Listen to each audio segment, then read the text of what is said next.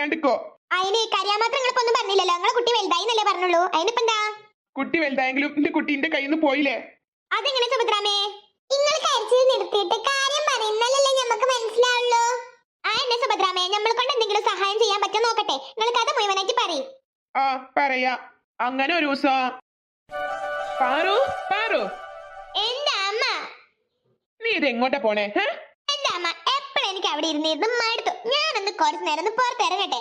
എന്റെ വയ്യാൽ ഇങ്ങനെ വരണ്ട അമ്മ. എന്റെ പൊന്നു മോളെ, അമ്മയ്ക്ക് മോളല്ലേ ഉള്ളൂ. അമ്മയുടെ പൊന്നി കാട്ടിലൂടെ എങ്ങനെ ഓടി കളിച്ചാലും മൃഗങ്ങൾക്ക് വന്ന് കടിക്കത്തില്ലേ? അമ്മ എന്നെ ഒരു മൃഗവും കടിക്കത്തില്ല. അതെന്താ? ഞാന് നല്ല ശക്തിയുള്ള ആളാ, അതുകൊണ്ട് എന്നെ ഒന്നും ചെയ്യാൻ പറ്റത്തില്ല. ഓ പിന്നെ പിന്നെ അമ്മയ്ക്ക് എന്താ സംശയാണോ?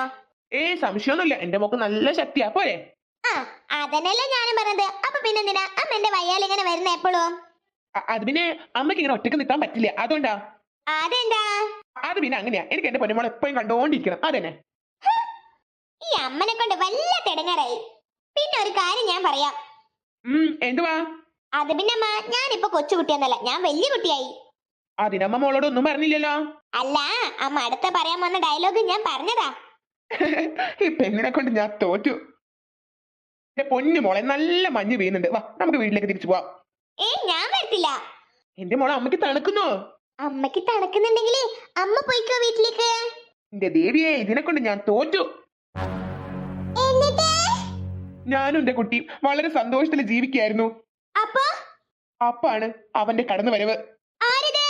വേറെ ആരുമല്ല, ആ രാമന്റേത്. എന്റെ ജീവിതത്തിൽ ഒരുപാട് ദുരന്തങ്ങൾ സംഭവിച്ചിട്ടുണ്ട്. ആ ദുരന്തങ്ങളൊക്കെ മറക്കാൻ വേണ്ടിയിട്ടാണ് ദൈവം എനിക്ക് ഒരു പൊന്നോമനെ തന്നത് എന്ന് ഞാൻ പലപ്പോഴും വിശ്വസിച്ചിരുന്നു. പക്ഷേ അവളെയും ദൈവം എന്നിൽ നിന്ന് അടർത്തി മാറ്റി.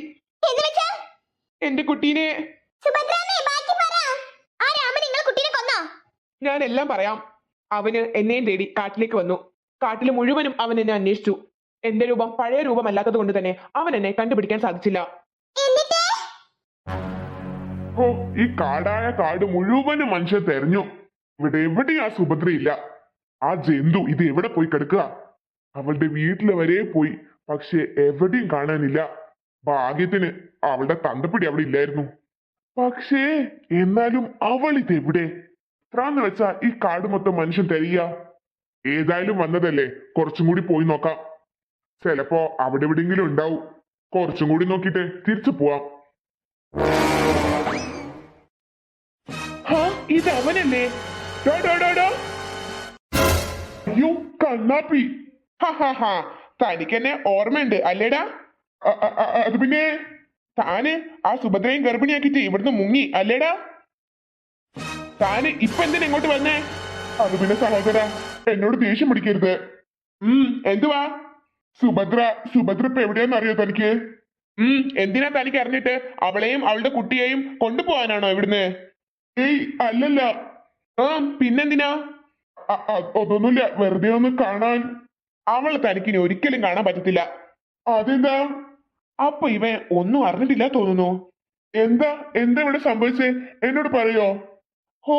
അപ്പൊ താന് എന്നാ അവസാനായിട്ട് സുഭദ്രയെ കണ്ടത്? അന്ന് കാട്ടില് കിണർ കുഴിച്ചിട്ട് വെള്ളം കണ്ടതിന് ശേഷം. അന്ന് കണ്ടിട്ട് പിന്നെ കണ്ടിട്ടേ ഇല്ല അവളെ? ഏയ് ഇല്ലല്ല. എന്നാ തന്നെ നെട്ടിക്കുന്ന ഒരു വാർത്ത ഞാൻ പറയട്ടെ? എന്താ? തന്റെ സുഭദ്ര പ്രസവിച്ചു, പെൺകുഞ്ഞാ. ആണോ? അതെ. എന്നിട്ട് അവളെവിടെ? ഞാൻ പറഞ്ഞുതരാം, പക്ഷേ നെട്ടാ റെഡി ആയിക്കോ. താൻ പറയടോ, എന്താ? അത് വേറൊന്നുമല്ല, തനിക്കിനി അവളെ പണ്ടത്തെ രൂപത്തിൽ ഒരിക്കലും കാണാൻ പറ്റത്തില്ല. അതെന്താടോ? താൻ എന്താടോ ഇങ്ങനെ സസ്പെൻസ് ഇട്ടോണ്ടിരിക്കുന്നേ? താനൊന്ന് പറഞ്ഞു തുറക്ക്. ഇട്ടുകഴിഞ്ഞാ താനിവിടെ ഇരുന്ന് കരയും, അലറി അലറി കരയും. തനിക്കിനി അവളെ വേണ്ടി വരില്ല. ഇയാൾ എന്തൊക്കെ ഈ പറയുന്നേ? അവളെ താൻ നാട്ടിലേക്ക് തിരിച്ചു കൊണ്ടുപോകാൻ വേണ്ടിട്ട് വന്നതല്ലേ? അല്ലടോ, താൻ എന്താ സംഭവിച്ചതെന്ന് പറ. ഇനിയുള്ള കാലം അവക്ക് വന്ന വിധി ആലോചിച്ച് താൻ കരയും. ഇയാൾ എന്തൊക്കെ ഈ പറയുന്നേ? എന്തെങ്കിലും ഉണ്ടെങ്കിൽ താൻ പറയടോ. അത് വേറൊന്നുമല്ല, തന്റെ സുഭദ്രയില്ലേ, സുന്ദരിയായ പെണ്ണ്, അവള് രൂപം മാറി. അതെങ്ങനെ? അത് പിന്നെ അവളെ കാട്ടുമൂപ്പത്തി ശാപിച്ചു. എന്നിട്ട് അവളിപ്പോ മൊട്ടയായി, അതുപോലെ തന്നെ അവളുടെ പ്രായം കൂടി. കാണാൻ ഒരു ഭംഗിയുമില്ല. താൻ പറയുന്നൊന്നും ഞാൻ വിശ്വസിക്കില്ല. കള്ളം പറയാതെ ചുമ്മാ. എന്ത് കള്ളം? ഞാൻ സത്യം തന്നെയാ പറഞ്ഞത്. തനിക്ക് വിശ്വാസം വരണമെങ്കിൽ താൻ ആ കാട്ടുമുപ്പത്തിയുടെ അടുത്ത് പോയി നോക്ക്. കാട്ടുമുപ്പത്തി എവിടെയാ? കാട്ടുമുപ്പത്തി ദേ അവിടെയുണ്ട്. എവിടെയാ? കുറച്ചും കൂടി മുന്നോട്ട് പോയാൽ കാട്ടുമുപ്പത്തിയെ തനിക്ക് കാണാം. ശരി ശരി, എന്നാ ഞാൻ പോട്ടെ. താൻ പറഞ്ഞത് വിശ്വസിക്കാൻ എനിക്ക് കുറച്ച് പ്രയാസമുണ്ട്. ഹാ, അങ്ങനെയാണെങ്കിൽ താ കാട്ടുമുപ്പത്തിയുടെ അടുത്തേക്ക് തന്നെ പോയിക്കോ. ശരി. എന്നാലും ഇത് എന്ത് മറിമായം? അവൾക്ക് അങ്ങനെ ഒരു വിധി വന്നതിൽ ഞാൻ കരയുമെന്ന ഇവന്റെ വിചാരം. ഇവൻ പറഞ്ഞത് എല്ലാം സത്യമാകണമെന്ന എന്റെ പ്രാർത്ഥന. ഇവൻ പറഞ്ഞതെല്ലാം സത്യമാണ് എന്ന് വിശ്വസിക്കാൻ വരട്ടെ. കാട്ടുമുപ്പത്തി പറഞ്ഞത് സത്യമാണെങ്കിൽ മാത്രം സന്തോഷിക്കാം. ആ, ഇതല്ലേ കാട്ടുമുപ്പത്തി? അന്നാ സുഭദ്ര കാണിച്ചു തന്നത് എനിക്ക് ഓർമ്മയുണ്ട്. ഒന്ന് വിളിച്ചു നോക്കാം. കാട്ടുമുപ്പത്തി, കാട്ടുമുപ്പത്തി, ഇതെന്താ ഈ തളക്ക് ചെവി കേക്കത്തില്ലേ? അവരുടെ മുന്നോട്ട് പോയി നിന്ന് നോക്കാം. കാട്ടുമുപ്പത്തി, നീ ഏതാ? അത് പിന്നെ കാട്ടുമുപ്പത്തി, ഞാൻ കൊറേ ദൂരേന്ന് വരുവാ. അതിന് ഞാനെന്ത് വേണം? കാട്ടുമുപ്പത്തിക്ക് എന്നെ അറിയത്തില്ല. ഞാനാണ് സുഭദ്രയെ ഗർഭിണിയാക്കിയതെന്നും ഇവർക്ക് അറിയത്തില്ല. എന്തായാലും ചോദിച്ചു നോക്കാം അവളെ ശപിച്ചത് ഇവർ തന്നെയാണോന്ന്. എന്തുവാടോ താൻ സ്വയം പിറുപിറുക്കുന്നേ? അത് പിന്നെ മുപ്പത്തി, ഞാൻ കൊറേ ദൂരെ നിന്ന് വരുവാ. അത് താൻ ഒരിക്കൽ പറഞ്ഞില്ലേ, അത് തന്നെ വീണ്ടും വീണ്ടും പറയണോ? എന്തൊരു കലിപ്പ ഈ സാധനത്തിന്. അത് പിന്നെ കാട്ടുമുപ്പത്തി, ഞാന് ഒരു വാർത്ത കേട്ടു, ഒരു ഞെട്ടിക്കുന്ന വാർത്ത. എന്താ? മുപ്പത്തി ഒരു സുഭദ്രാദേവിയെ ശപിച്ചെന്ന് കേട്ടു, സത്യാണോ? സത്യാണ്. ഓ, ചുമ്മാ പറയാതെ.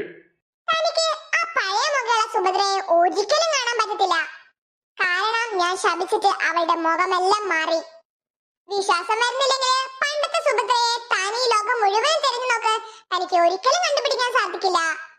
അയ്യോ, ഇവരെന്തൊക്കെയാ ഈ പറയുന്നേ? എന്നിട്ട് രൂപം മാറിയ സുഭദ്ര ഇപ്പൊ എവിടെയാ?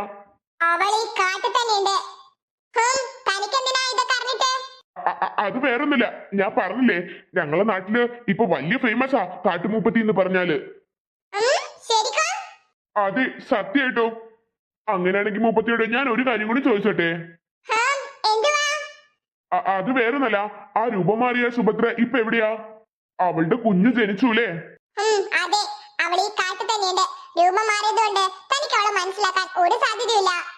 അവൾക്കൊരു കുഞ്ഞുണ്ട്, പെൺകുട്ടിയാ. ആ കുട്ടി ഇപ്പൊ വലുതായി. എന്നാലും ശാപം കിട്ടിയിട്ടും ഒരു കൂസലും ഇല്ലേ അല്ലേ? നല്ല സുഖമായിട്ട് ജീവിക്കുന്നുണ്ട് അവള്. അതെ അതെ. കാട്ടുമുപ്പത്തി, അവക്കിട്ടൊരു പണി കൊടുക്കണ്ടേ നമുക്ക്? അവക്കിട്ട് കൊടുത്ത പണിയാണിത്. ഇതിലും വലിയ ശിക്ഷ ഇനി നമുക്ക് കൊടുക്കാനില്ല. എന്നാലും ഇപ്പോഴും അവള് സന്തോഷമായിട്ട് ജീവിക്കുന്നു. ശാപം കിട്ടിയിട്ടും അവക്ക് ഒരു കുഴപ്പമില്ല. അല്ല, താനെന്താ ഈ പറഞ്ഞു വരുന്നേ? ഒന്നുമില്ല. കാട്ടുമുപ്പത്തി, എനിക്കൊന്ന് അവളെ കാണിച്ചു തരണം. എന്നിട്ട്? അല്ല, മുപ്പത്തി പറഞ്ഞതെല്ലാം സത്യമാണോന്ന് അറിയാൻ വേണ്ടിട്ടാ. ഞാൻ പറഞ്ഞത് മുഴുവനും സത്യ. അങ്ങനെയാണെങ്കിൽ അവളിപ്പോ എവിടെ ഉണ്ടെന്ന് ഒന്ന് പറഞ്ഞു തരാമോ? അവള് ഈ കാട്ടിൽ തന്നെയുണ്ട്. ഈ കാട്ടില് എവിടെയുണ്ട് അവള്? ഓങ്കാരാങ്ക ഓങ്കാരാങ്ക ഓങ്കാരാങ്ക സുഭദ്രയെവിടെ? ഇതെന്ത് അമ്മ പറയണേ? താൻ എന്നെ ഒന്ന് തൊട്. ശരി മുപ്പത്തി. ഇനി പോയിക്കോ. താന് അവളുള്ള സ്ഥലത്ത് തന്നെ എത്തിപ്പെടും. ശരിക്കോ? അതേടോ, താൻ വിട്ടോ. ഒരുപാട് നന്ദിയുണ്ട് മുപ്പത്തി.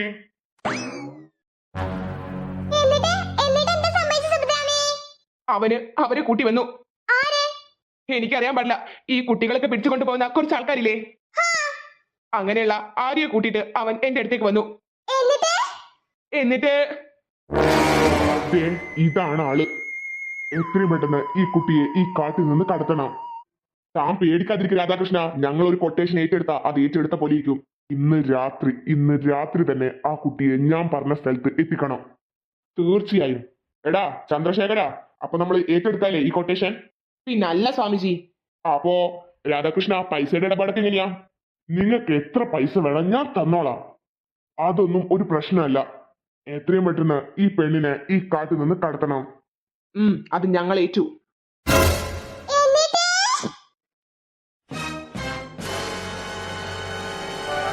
ഹലോ കൂട്ടുകാരി, ഞാനൊരു പ്രധാനപ്പെട്ട കാര്യം പറയാൻ വേണ്ടി വന്നതാട്ടോ കൂട്ടുകാരെ.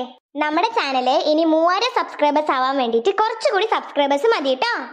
അപ്പോൾ നമ്മുടെ വീഡിയോസ് പുതുതായിട്ട് ആരെങ്കിലും കാണുന്നുണ്ടെങ്കിൽ നമ്മുടെ ചാനൽ ഇഷ്ടപ്പെട്ടാൽ മറക്കാതെ ഒന്ന് സബ്സ്ക്രൈബ് ചെയ്തേക്കണേ. നമ്മുടെ സബ്സ്ക്രൈബേഴ്സ് ആയ ഫ്രണ്ട്സ് നിങ്ങൾ നിങ്ങളുടെ ഫാമിലിക്കും ഫ്രണ്ട്സിനും ഒക്കെ നമ്മുടെ ചാനൽ ഷെയർ ചെയ്ത് കൊടുക്കണേ. നമ്മുടെ വീഡിയോ ഇഷ്ടപ്പെട്ടാൽ മറക്കാതെ ലൈക്ക് ചെയ്യണം കേട്ടോ. കമന്റ് ചെയ്യാനും മറന്നു പോവില്ലേ കൂട്ടുകാരെ. പുതുതായി വീഡിയോസ് കാണുന്ന നമ്മുടെ കൂട്ടുകാർ നമ്മുടെ ചാനൽ മറക്കാതെ ഒന്ന് സബ്സ്ക്രൈബ് ചെയ്തേക്കണേ. ലൈക്ക് ചെയ്യാനും ഷെയർ ചെയ്യാനും കമന്റ് ചെയ്യാനൊന്നും മറന്നു പോയിക്കില്ലേ കൂട്ടുകാരെ. ഓക്കെ ഫ്രണ്ട്സ്, അടുത്തൊരു വീഡിയോയിൽ വീണ്ടും കാണാം. Love you all. ബൈ.